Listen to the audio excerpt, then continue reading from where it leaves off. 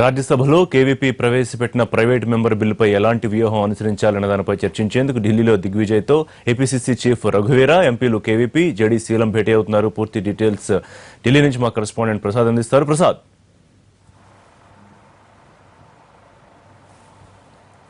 గత బడ్జెట్ సమావేశాల్లో doctor KVP Ramachandra ప్రవేశపెట్టినటువంటి ప్రైవేట్ మెంబర్ బిల్లు విభజన చట్టానికి సవరణలు కోర్టు చేసినటువంటి ఈ ప్రైవేటు మెంబర్ బిల్లుపై కొంతమేరకు చర్చ జరిగింది. అయితే సమయం లేనందువల్ల అది పూర్తిగా చర్చ పూర్తి కాలేదు. కాబట్టి ఈ సమావేశంలో అది కొనసాగింపుగా ఈ శుక్రవారం నాడు చర్చకు వస్తుంది. ఈ చర్చపై మిగిలిన సభ్యులంతా కూడా మాట్లాడిన తర్వాత ఓటింగ్కు వచ్చే అవకాశం ఉంది. ఓటింగ్ ఇప్పటికీ కూడా తెలుగుదేశం పార్టీ కూడా తమ మద్దతు ప్రకటించింది. అదేవిధంగా కాంగ్రెస్ పార్టీ భావసారూప్యత ఉన్నటువంటి ఇతర మిత్రపక్షాలన్నీ కూడా ఈ బిల్లుకు మద్దతుగా ఉంటామని చెప్పి గట్టిగా హామీ ఇవ్వడం కూడా జరిగింది.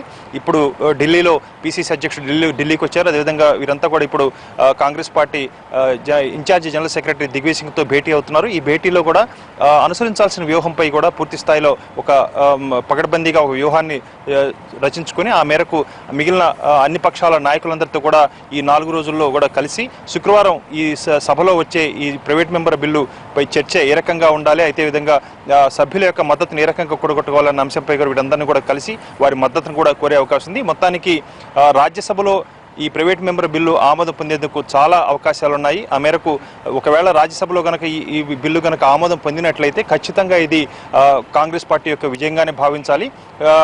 అధికారంలో ఉన్నటువంటి బీజేపీ నేతృత్వంలో ఎన్డీఏ ప్రభుత్వం ఇరకాటంలో పడే అవకాశం ఉంది. ఆ తర్వాత రాజ్యసభలో కనుక ఇది ఆమోదం పొందిన తర్వాత తిరిగి లోక్సభకు వచ్చే అవకాశం ఉంది. లోక్సభలో బీజేపీ సంఖ్యాబలం, బీజేపీ మిత్రపక్షాల సంఖ్యాబలం ఎక్కువ ఉన్నప్పటికీ ప్రైవేట్ మెంబర్ బిల్లు వీగిపోయినప్పటికీ కూడా నైతికంగా ఖచ్చితంగా మోడీ ప్రభుత్వానికి ఒక ఎదురు దెబ్బగానే ఉండాలి. ప్రభుత్వం చాలా ఇరకాటం పడే అవకాశం ఉంది.